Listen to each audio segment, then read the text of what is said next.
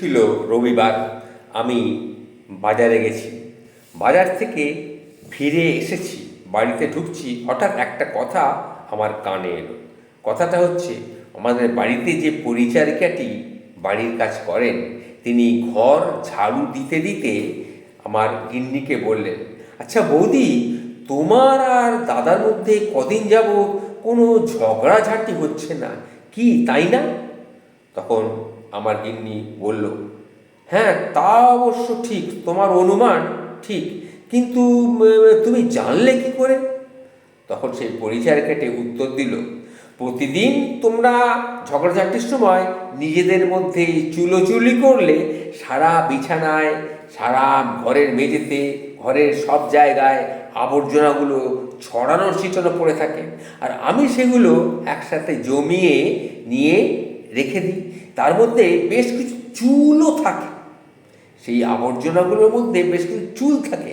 এখন তুমি তো জানো বাজারে চুল বিক্রি হয়, আমি সেই চুলগুলো একটা প্যাকেটের মধ্যে জমিয়ে রাখতাম, রেখে রেখে বেশি হলে আমি বাড়ি নিয়ে চলে যেতাম, নিয়ে সেগুলো আমি চুলওয়ালার কাছে বিক্রি করতাম। এই এইভাবে আমি বেশ কিছুদিন কিন্তু বিক্রি করেছি, এবং আমি প্রায় 200 টাকা মতন পেয়েছি। তা গত দুদিন ধরে তোমাদের কোথাও আর চুল পড়ে থাকতে না দেখে, তাই আমি এটা অনুমান করলাম, তোমরা চুলোচুলি বন্ধ যদি করে দাও তাহলে আমার কি হয় বলো তো? তোমরা যদি চুলোচুলি করো তাহলে আমি চুল বেচে দুটো পয়সা তো রোজগার করতে পারি। এই জন্যেই আমার চিন্তা হয়েছে।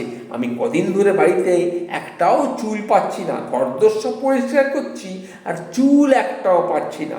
তাই আমার মনে হলো যে তোমার আর দাদার মধ্যে চুলোচুলি হঠাৎ বন্ধ হয়ে গেছে।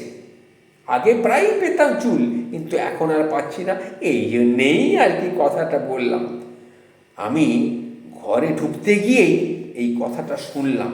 শোনার পর আমি থমকে দাঁড়িয়ে পড়লাম, আর আমার গিন্নি তখন তাকে তার দিয়ে কটমট করে তাকাচ্ছে।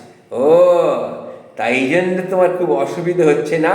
তাহলে জেনে রেখে দাও, এখন থেকে আমরা আর চুলোচুলি একদম করব না।